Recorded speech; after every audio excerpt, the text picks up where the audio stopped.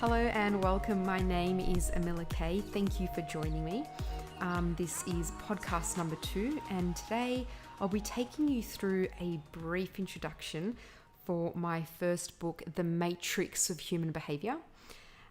So part of that introduction is starting to think about, have you ever wondered what motivates people? What motivates you?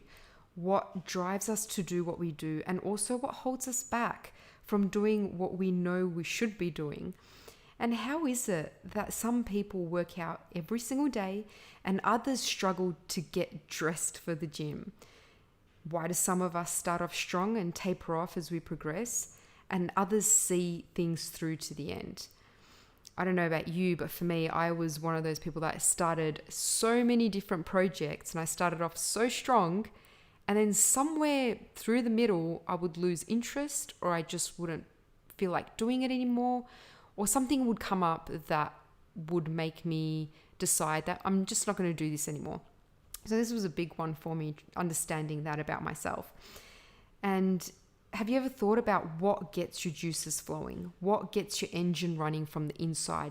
What is it that inspires you and motivates you internally, where you don't need something or someone external to you to be in place or to happen before you get motivated? I'm curious, and what I'm really curious about is the deep subconscious wiring that lies deep within the minds of all of us. Regardless of what area of life you're looking at, whether it's your business, your personal life, your relationships with other people, with yourself, one of the most important things to understand is that when we're able to see into ourselves, we're then also able to notice those behavioral traits in other people. And one of the greatest things about having more self-awareness is that it allows you to be more of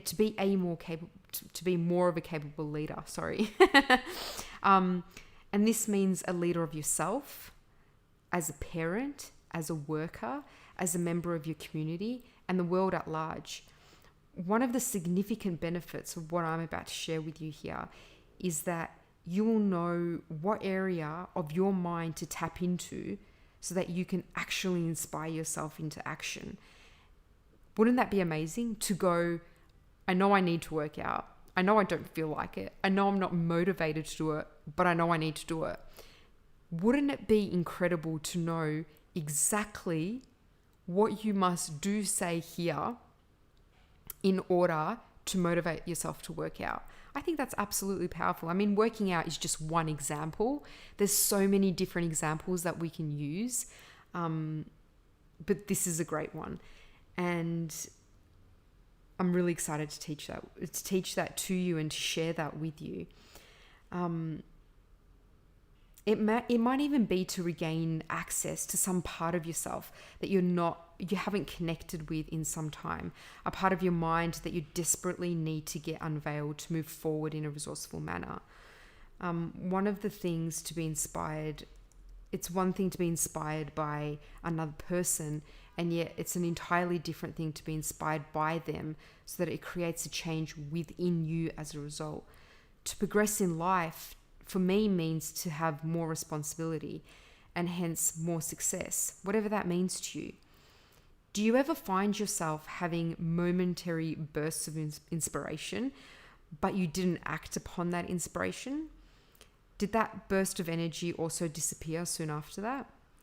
This happens because we did not act.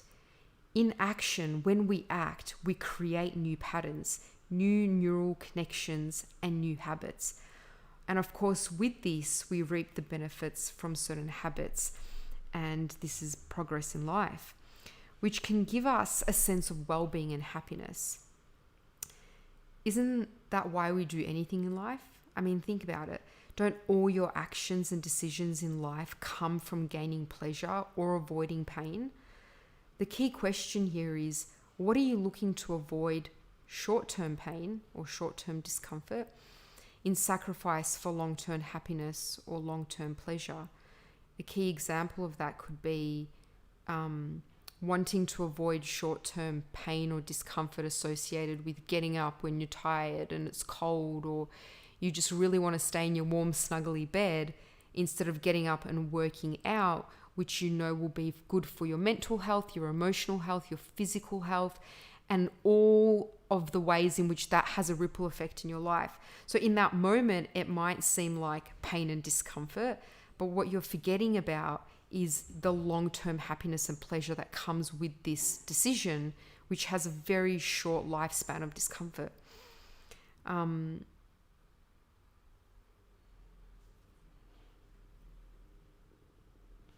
Wouldn't it make a difference to you if you understood this about yourself?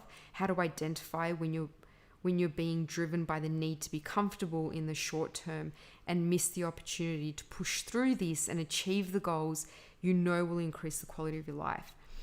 And this can be really frightening. Responsibility can be a daunting reality to face for many of us.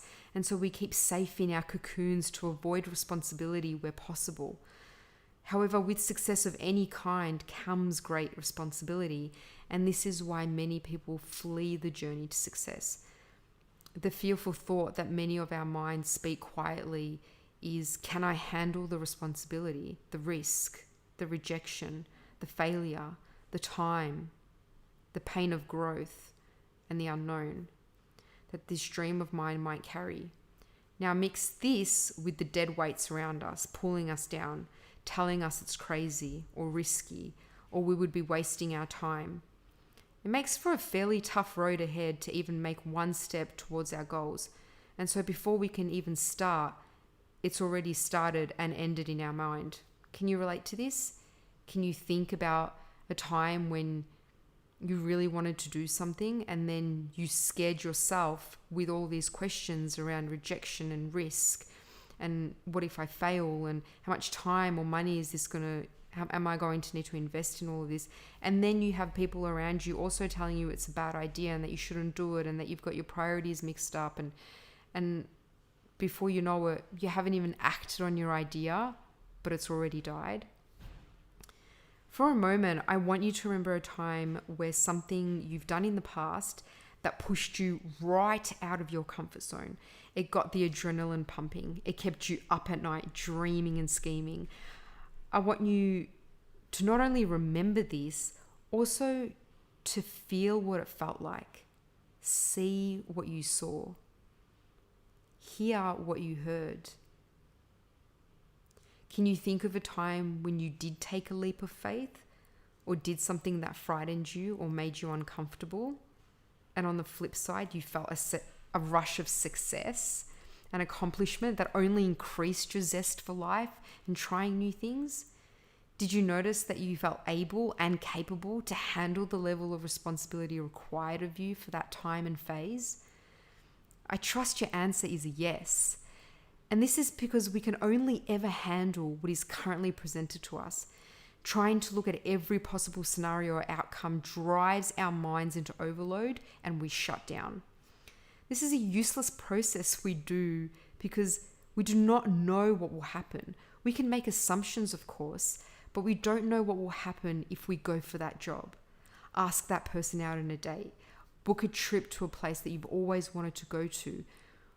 Or even something as small as trying a new haircut.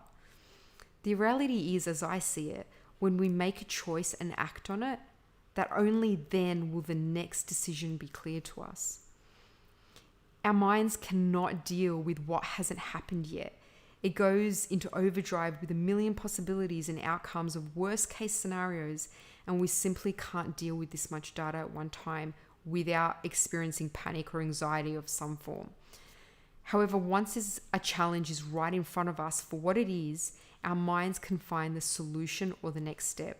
Suddenly, we find that we are overcoming obstacles we never thought were possible, simply by taking it one step at a time, one progress at a time. And in reflection, we wonder at what we were able to achieve and the amount of responsibility we're truly capable of taking on. I love this quote by Jim Rohn. He says, "Big achievements come one small advantage at a time, one step at a time, one day at a time." So what is success? It's a tough one to pinpoint or define. And for the purpose of what we're talking about here, I'll use Earl Nightingale, who said, "Success is the progressive realization of a worthy goal or ideal." To me, I see this as meaning we feel successful when we progress in any area of life. I watched a TED Talk by Elizabeth Gilbert titled "Success, Failure, and the Drive to Keep Creating," in which she so eloquently spoke about finding the thing that you love most in the world, beyond yourself, that home place where the fear of loss or pleasure of gain don't intimidate you, where if you failed or succeeded, it would make no difference in your sheer joy and passion in simply doing it. What is that for you? A large part of your success in life is based on 3 key abilities. Let's look at what those abilities are now. So one is to be able to enter other people's worlds, enabling us to appreciate where they're coming from. This is important because every person wants to know whether we care about them as a person, truly, independently of who they are, separate to what they've achieved or how they have failed. And if they don't feel that we really care for them, we will encounter massive resistance from them. This is where many of us get stuck in our roles as leaders in the workplace, or in our relationships with our children or family, and within our intimate relationships with our loved one. The second key ability is to be able to speak their language, not only in a way that makes sense, but also in a way that lights them up, motivates them, and inspires them into appropriate action, or to connect with them. The third is the ability to predict someone's strengths, weaknesses, and actions by knowing what specifically to look for in their world. I am so thrilled to get into all of this with you and so much more here as we take a macro and other times micro perspective into human behavior and what makes us tick. Here, together, we will encounter so many understandings about humans that you will start to exercise the mental muscles involved to predict their behavior because of your awareness of self and others, to understand others, and also to have the ability to tell someone something that they don't already know about themselves. This is important because it is a very powerful way to lead and inspire others into action. These abilities enable us to help them bypass any of the limiting beliefs they may have about themselves.